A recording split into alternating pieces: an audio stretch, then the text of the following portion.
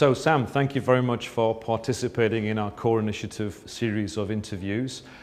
We've been working together and our teams have been working together over the last year, and we're really excited about the partnership we have. Certainly from the work that we're doing in the modern platform space in neobanking, we see a real gap and need and opportunity for your offering. But it'd be really good to get perhaps your perspective about the market and where you see Engine by Starling fitting into that context. Yeah, absolutely. So expectations have been really changing over the last 5 years or so. In retail, it's been dragged along a bit. In SME, most banks haven't really started their investment yet, but it's still largely taking the shape of sticking plasters around the edge. We're adding API gateways and sticking apps over things, primarily with a view to taking cost out from the bank, getting customers out of branch and getting them to serve themselves through the most common journeys. Engine, the technology that was built for Starling, is looking at this very differently. We built the technology platform to solve problems for customers, for the consumers and the small businesses that we serve. Yes, it's highly self-service, so it's efficient for us to operate, but it's done through rich, personalizable, kind of digitally native experiences that are designed to help people better manage their money. And that's shifting the expectations in the market, and there's only so far you can push the traditional core before you've got to deal with the problem and actually get into the heart and simplify what you're running. Yeah, and I think we certainly see that some of the decisions that our clients have been holding off making, kicking the can down the road, if you will, the consumer pressure is really getting in the way now and forcing organizations to take action on that. And it's not just a technology challenge, it's also a culture or an operating model challenge. I wonder whether you can maybe just comment a little bit.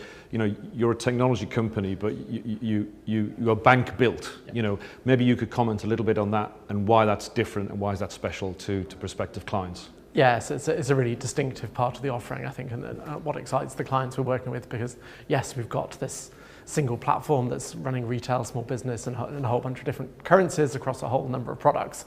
But we've got the experience operating this as a successful digital bank. So Starling sits right up at the top of the customer satisfaction tables in the UK and has done for years now. And it's also one of the only profitable digitally native banks in the world, not just breaking even, but really making money too. And so the experience in how we do that is effectively embedded into the software.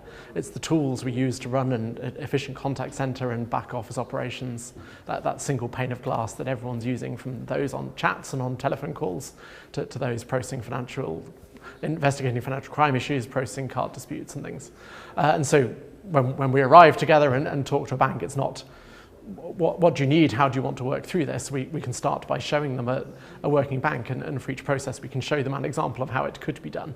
And then you're just adjusting and fine-tuning that for the local market, for the products that bank wants to offer. And that takes a huge amount of time and risk out of the program, but it also shares a lot of what some people call the kind of Starling secret sauce, the experience we've learned through 7 difficult years growing a bank to 3.5 million accounts now. Yeah. And in terms of, I guess, the future, I mean, obviously right now we're working really hard on one of the first launches, and we're excited to be looking at a few new other opportunities, but maybe just taking a bit of a view into the future. What's your perspective about some of the trends, and also your perspective of what's next in terms of the journey, in terms of Engine? Yeah, the future is one of those questions that makes me laugh, because everyone in the tech world is thinking AI, blockchain, the kind of things that every consultancy wants to stand up on stage and talk about each month, but actually they're not the problems facing most banks today.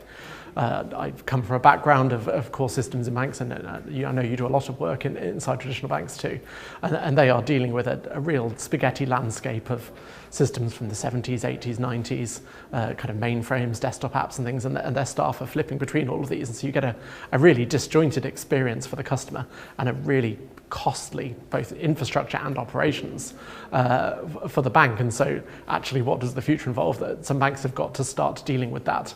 I think it's a very difficult investment decision to make historically, because you get a quote for a program that's going to take several years, and that's frankly longer than the tenure of most executives. And so the kind of Engine difference is we can get this in a much shorter speed, because we're starting with a pre-built, pre-integrated platform that has the features you need to run quite a successful bank.